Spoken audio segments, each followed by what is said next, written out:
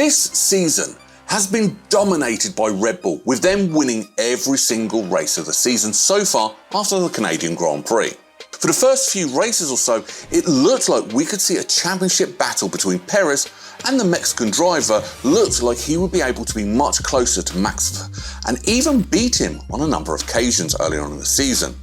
However, ever since the Miami Grand Prix, where Perez was leading the race for so long until Verstappen overtook him to go on and win the race late on, it has not been a good time to be a Sergio Perez fan, to say the least.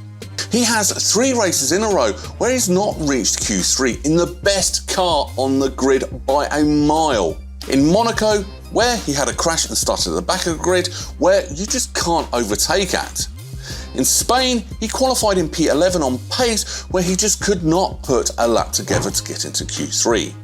Recently, at the Canadian Grand Prix, he will be knocked out in Q2 again due to him just not being on the track at the right time and making mistakes on his push laps. In these 3 races, we did not see Sergio Perez in Q3. Max Verstappen would put it on pole in the exact same machinery, showing the difference between the two, and it's not looking good for Perez as it stands. In today's video, we will touch upon when could we see Sergio Perez leave the team, when he goes, who is likely to replace him, and finally, how it could be the end of his time in Formula 1. Let's get right into it. To kick off this video, we will be talking about when exactly Perez leaves the team, either this being by his own accord or simply being sacked from the team due to his poor performances. He has a contract until the end of the 2024 season, and this was only recently extended last season after his once again good start to the season, winning some races. One option for Perez is that he could see out the rest of his Red Bull contract, and then he could decide that he maybe wants to move on or get a new challenge at a top team. However, this is all down to what Red Bull does, as they are the ones in control of what they do with their second driver. They want someone to be close to Max and help him when he can, but also maybe help the team in the future if Verstappen does decide to leave the sport early, as many people do expect. This season, Max has all but confirmed that he's winning his 3rd championship, and Red Bull have also won the Constructors' Championship, unless another team has an unbelievable second half of the season. But that's very unlikely, of course, so there's no worry about this season's championships. And even though we have seen Red Bull replace drivers mid-season, as we saw in 2019, when Alex Albon replaced Pierre Gasly in the summer break, we do not think that the same will happen to Sergio Perez. There are no excuses, however, as the car is the best on the grid, and you can't point to inexperience as the team did with Gasly, as Perez has been in the sport for over a decade now, so he does know how to perform. The one thing that Red Bull has to think about is future seasons, as they probably expect that other teams will be bringing the fight to them for the championship, and this may be a reason why Perez may be replaced at the end of this season.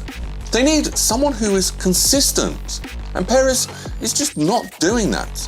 And if we go to the 2024 season and Mercedes have a competitive car and have 2 quick drivers in Russell and Hamilton, they could easily win the Constructors' Championships if his performances do not pick up very soon. But Christian Horner is seen to be very brutal, and his decision may already be made up. As we spoke about earlier on, Perez's contract ends at the end of next season, and whilst Red Bull will probably not extend that due to Perez getting older and older, whilst young drivers will probably deserve the seat more than him. It is a small possibility that they keep him until 2024, but it would be costly to release him from his contract early, but it could result in much better performances for the Red Bull team. It for sure will be very interesting to see how long Perez will stay at the team for, and how this story will develop as we get closer and closer to the next season. When do you think that Sergio Perez will leave Red Bull? Make sure you drop a comment below and let us know what you think. Moving on to our next topic, and that is who will replace Perez when he does finally leave Red Bull in the coming years, or even months. The red-hot favourite for the seat from the fans and everyone on social media is the very popular Daniel Ricciardo. He is the Red Bull 3rd driver, and yes, he had a bad time at McLaren, but he is still a top driver and he knows Red Bull like the back of his hand. So it could be a perfect fit. He could be able to be consistent and has rumoured that he may join AlphaTauri to get ready for that Red Bull seat when it does become available.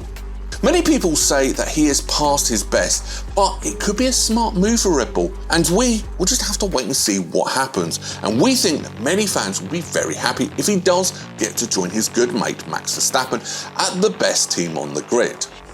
Another potential driver who has had several contract talks with Red Bull is British driver Lando Norris. He is a top driver, as many of you already know, and has very good pace and could easily pull out good performances in Red Bull.